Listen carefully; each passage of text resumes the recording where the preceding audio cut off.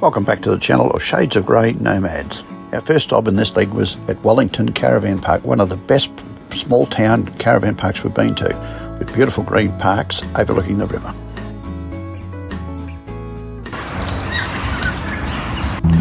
Cheers, big ears. Overlooking this view. We had the best camp oven cook-up. Well, this is my first attempt at doing a damper. Looks all right here. It's going to go in that pot.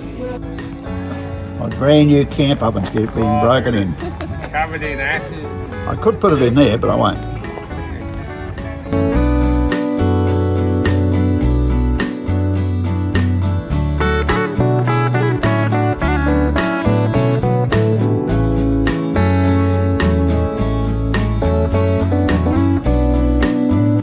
I know you like wind chimes, but you're never going to have one of these in the backyard. Look at the size of that sucker.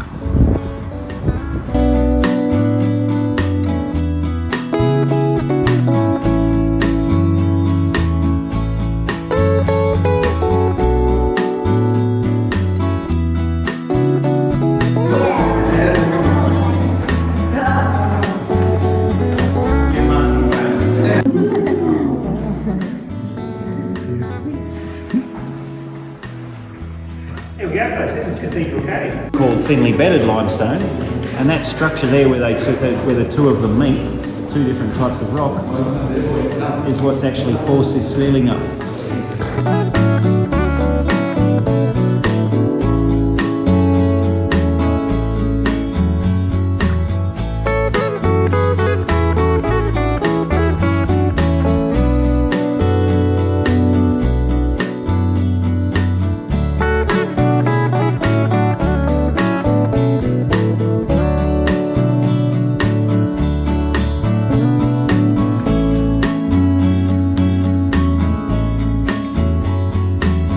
We were so disappointed to find that there were so many shops closed in Coonamble, but then as I came around the corner, I found this shop.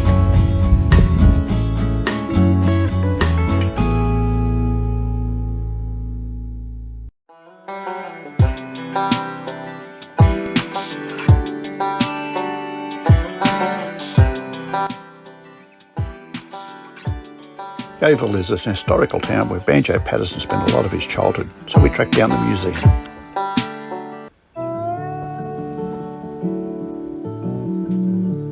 Once a jolly swagman camped by the billabong, under the shade of a coolabah tree, and he sang as he watched, waited till his billy boiled. You'll come a-waltzing, Matilda, with me.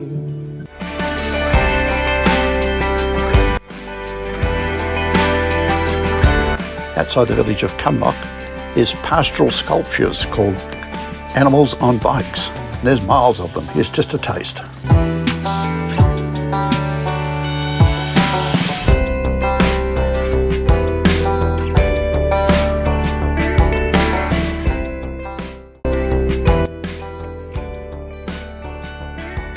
There's plenty of room in this caravan park, unlike some of the ones in the middle of town. Caravan Park puts on free entertainment every night with 2 comedians and bush poets. They were great. Also within walking distance of the caravan park is an artesian bore at 40 degrees temperature.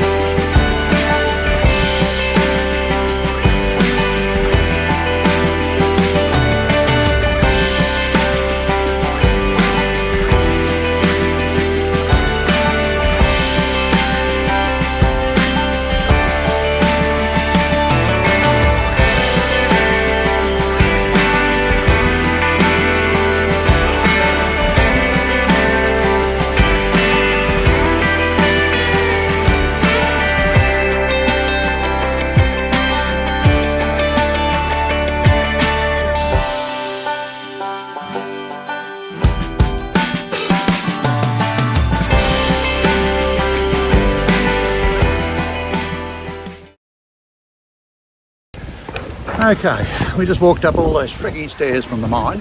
Like the Great Wall of China. Oh, it's unbelievable. Going down was all right, we come back up and something. But this is a unique Black Hand mine.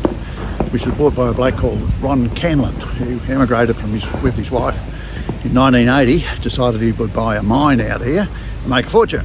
Well, he did make a fortune, but he bought a mine.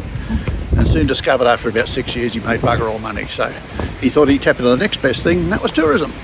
So one day when he was visiting, had some visitors come to his pit, he sat there with a butter knife and just started carving, which he had no training on, but found that he was quite good at it. And then carved all these carvings out in the soft sandstone. So it was unbelievable, wasn't it?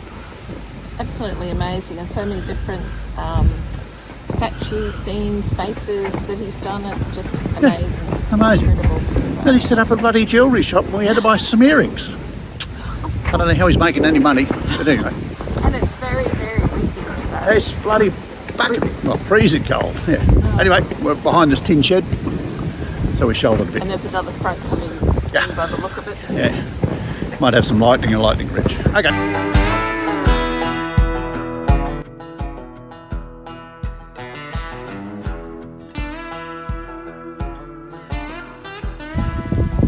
This is the statue of Stanley. Massive monument outside Lightning Ridge. Originally supposed to be construction, or it was supposed to be in Birdsville anyway, but it was obviously too big to be taken to Birdsville. So the people of Lightning Ridge said, we can have it here. So they built it here. But he actually is looking in the direction of Birdsville.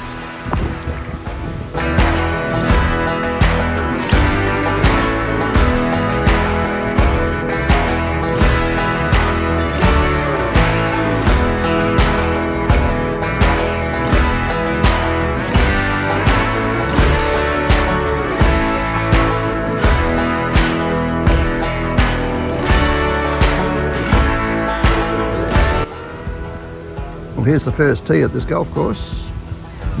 Called out 4. There's the fairway, and in the distance there's a pose of green, but I think it's dirt.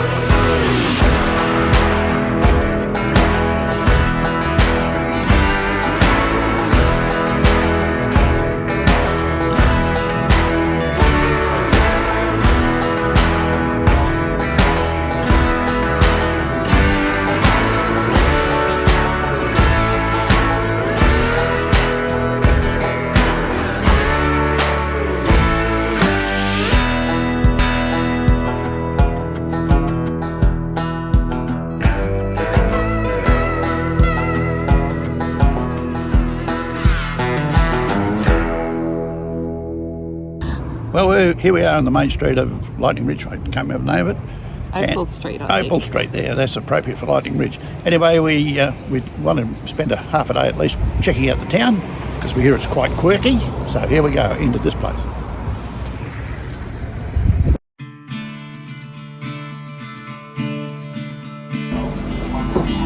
Take photos. Okay.